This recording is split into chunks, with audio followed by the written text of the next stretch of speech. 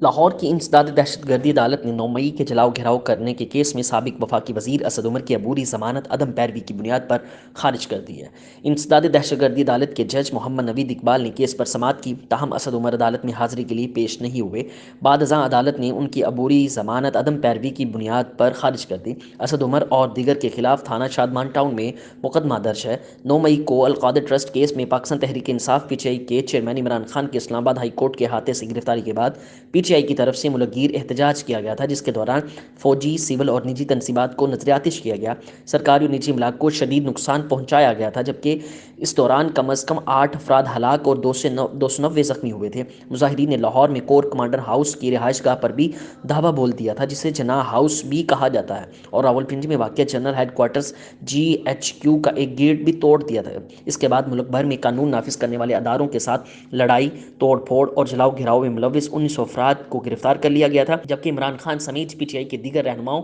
اور کارکنوں کے خلاف متعدد مقدمات بھی درج کیے گئے تھے۔ بعد ازاں 11 مئی کو سابق وزیر اعظم اور پاکستان تحریک انصاف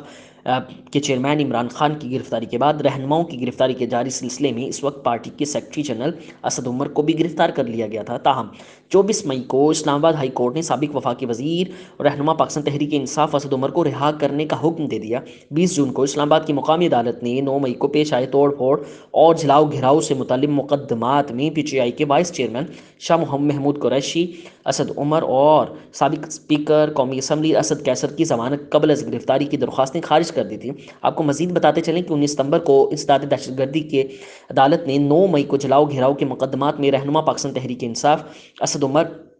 اور پارٹی چیئرمین عمران خان کی دونوں بہنوں سمیت دیگر ملزمان کی عبوری ضمانت میں 4 اکتوبر تک توسیع کر دی تھی۔ 4 اکتوبر کو لاہور پولیس نے چیئرمین پی ٹی آئی کی بہنوں علیمہ خان اور عظمیٰ خان اور پارٹی کے رہنما اسد عمر کی 9 مئی جناح ہاؤس حملے کے کیس میں گرفتاری مانگ لی۔ 31 اکتوبر کو لاہور کی انسداد دہشت گردی عدالت نے چیئرمین پاکستان تحریک انصاف کی بہنوں اور اسد عمر کو 9 مئی واقعات کے خلاف درج مقدمات میں شامل تفتیش ہونے کا حکم دے دیا۔ 10 دسمبر کو لاہور کی عدالت نے اسد عمر کی